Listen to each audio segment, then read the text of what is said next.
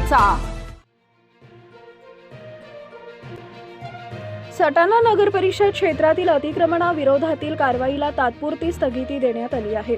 प्रशासनाने आवश्यक सुरक्षा बंदोबस्त उपलब्ध होताच ही मोहीम सुरू केली जाणार असल्याचं स्पष्ट केलंय।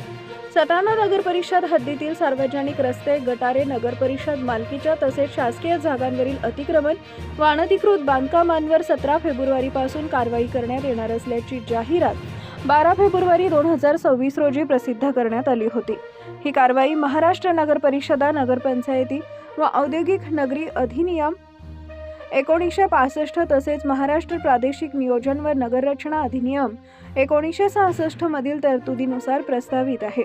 मात्र 17 फेब्रुवारी रोजी दुपारी 1 वाजता जिल्हाधिकारी कार्यालय नाशिक येथे जिल्हाधिकाऱ्यांच्या अध्यक्षतेखाली सटाणा नगर परिषदेचे नगराध्यक्ष, सर्व नगरसेवक, मुख्याधिकारी व विभाग प्रमुखांची संयुक्त आढावा बैठक आयोजित करण्यात आल्याने नियोजित कारवाई पुढे ढकलण्यात आली आहे।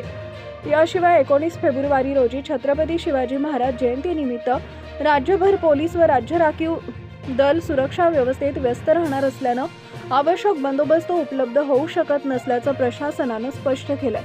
भारतीय प्रशासकीय सेवा परिवीक्षाधीन अधिकारी तथा मुख्याधिकारी PK सिद्धार्थ रामकुमार यांनी सांगितले की संबंधित अतिक्रमण धारक व अनधिकृत बांधकाम धारकांनी अद्याप स्वतःहून अतिक्रमण हटवलेली नाही।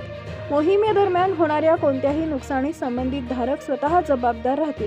पुढील कारवाईत कोणालाही अतिरिक्त वेळ दिला जाणार नसल्याचा इशारा त्यांनी दिलाय। दरम्यान या अतिक्रमण निर्मूलन मोहिमेत थकीत कर असलेल्या मालमत्तांवरही सील करण्याची कारवाई करण्यात येणार असल्याचं स्पष्ट करण्यात आलं आहे। सुरक्षा बंदोबस्त उपलब्ध होताच सटाणा शहरात अतिक्रमण निर्मूलन मोहीम काटेकोरपणे राबवण्यात येणार असल्याचं प्रशासनानं सांगितलं आहे।